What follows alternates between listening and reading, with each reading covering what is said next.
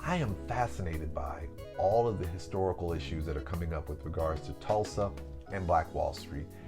I'm fascinated because as more and more people are learning about it, there is this vibrant discussion that's going on with regards to what parts of our history we don't know about. And let me tell you why Tulsa's situation is so profound for me, because as now you're hearing about Tulsa, you're also hearing about Wilmington, North Carolina.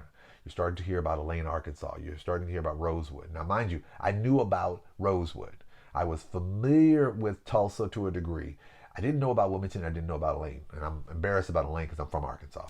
But what's happening is that a lot of times is that whenever we have these significant situations like this is the 100-year anniversary of what happened. I mean, it's never an anniversary to celebrate. You want to thank goodness that there are people who did survive of the Tulsa massacre.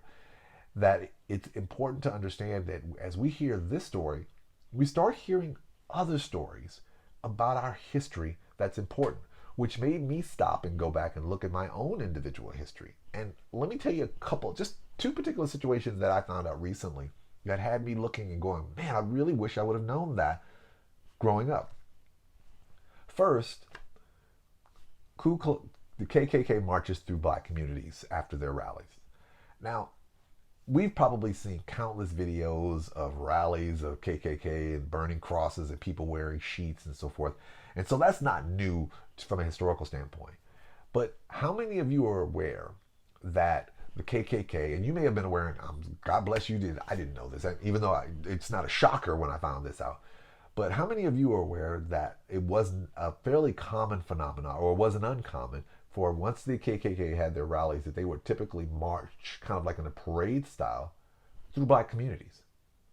Think about the profoundness of this. And this is where it's amazing when I start listening to people, and I keep thinking, dude, you do realize this went well into the 60s and so forth. We're not even we're barely over 50 years removed from when activities like this were a fairly common occurrence. Well, why is that important to me? Well, I recently spoke to my uncle, who mentioned to me in my hometown that's what would happen. That literally what would happen. It was fairly well known.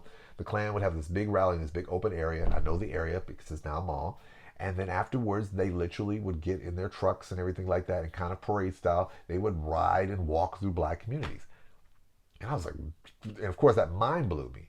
And then, maybe a couple of weeks later, I spoke to my wife's aunt, who told me that in Augusta, Georgia, similar thing.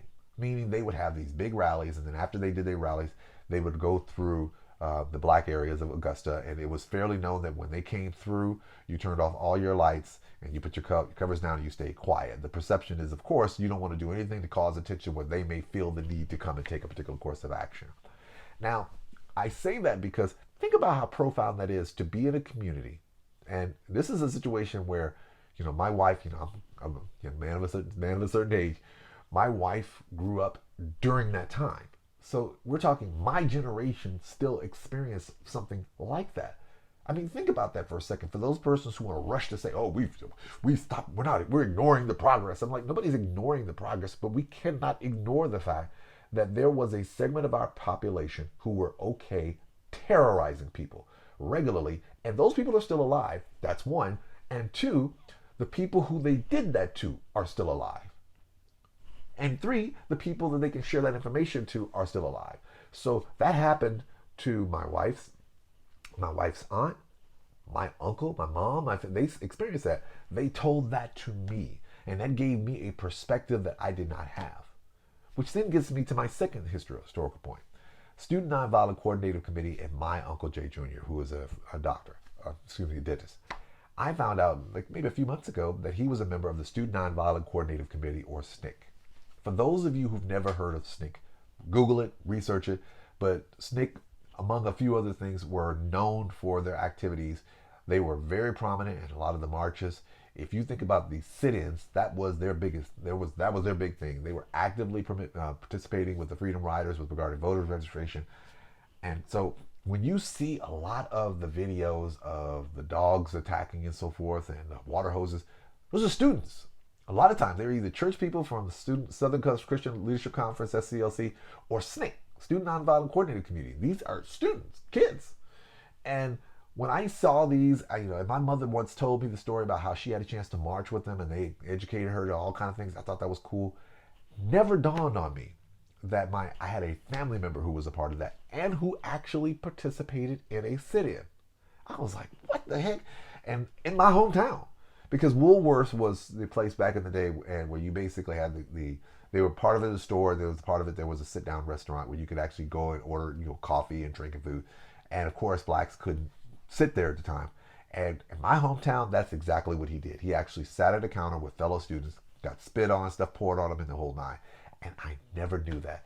Yeah, my uncle, God bless him, he has Alzheimer's now, so I can't really ask him. But I'm sitting here going, I had no clue. I had no clue that my uncle was a member of, not only a member of SNCC, but actually participated in the SNCC and actually participated in a sit-in and could actually tell me real time.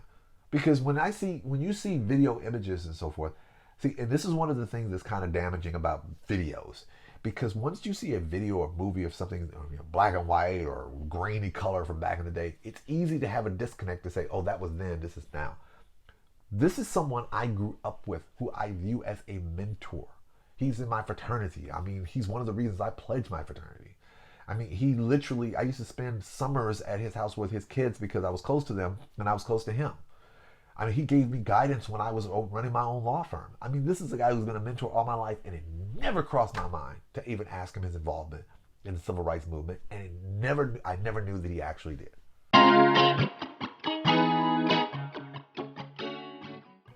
So why am I sharing this? What it is about now is making sure our stories get told. Because unfortunately, and I've talked about this, is that history tends to be presented as an overview, not as an accurate recollection of what actually happened. Mainly because there is so much of it that people who are often presenting history, especially in the secondary arena, like kindergarten through K through 12, you can't hit it all. So what ends up happening is you start identifying specific things that you want to bring to people's attention as a foundation.